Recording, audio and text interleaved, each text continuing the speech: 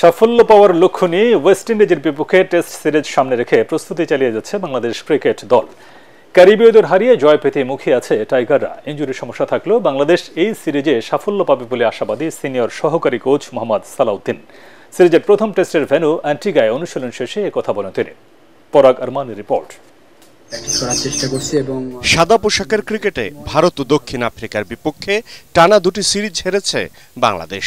এতে ICC test চ্যাম্পিয়নশিপের point তালিকায় অষ্টম স্থানে আছে লাল সবুজের দল। 9 দলের লড়াইয়ে ওয়েস্ট ইন্ডিজ একেবারে তলানিতে। প্রথম টেস্ট ম্যাচের ভেন্যু অ্যান্টিগায় প্রস্তুতি নিচ্ছে মিরাজ তাসকিনরা। ব্যর্থতার বৃত্ত থেকে বেরিয়ে আসবে বাংলাদেশ, এমন প্রত্যাশা টাইগারদের সিনিয়র সহকারী কোচ মোহাম্মদ সালাউদ্দিনের।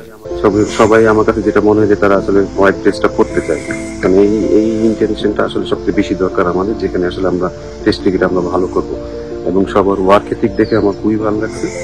আজকে প্রায় 14 বছর পরে আমি আবার আসলাম ওয়েস্ট ইন্ডিজে, যেখান থেকে আমি আসলে শুরু করেছিলাম আমি ইন্টারন্যাশনাল কোচিং।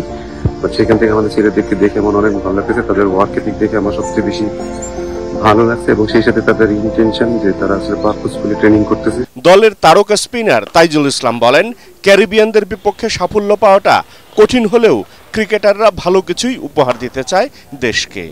যদিও আমাদের লম্বা একটা জার্নি ছিল, বাট আমরা পৌঁছানোর পরের দিন আমাদের কিছু টিম অ্যাক্টিভিটিস ছিল, যেখানে আমরা গেম খেলছি। ওখানে ছেলেপেলেরা অনেক মজা করছে, এবং তারপরের দিন আমাদের টিম প্র্যাকটিস ছিল, এবং ফ্যাসিলিটিস যথেষ্ট ভালো ছিল। আমরা সেই ফ্যাসিলিটিস অনুযায়ী প্র্যাকটিস করার চেষ্টা করছি, এবং টিম ওয়াইজ খুব ভালো প্র্যাকটিস করেছে।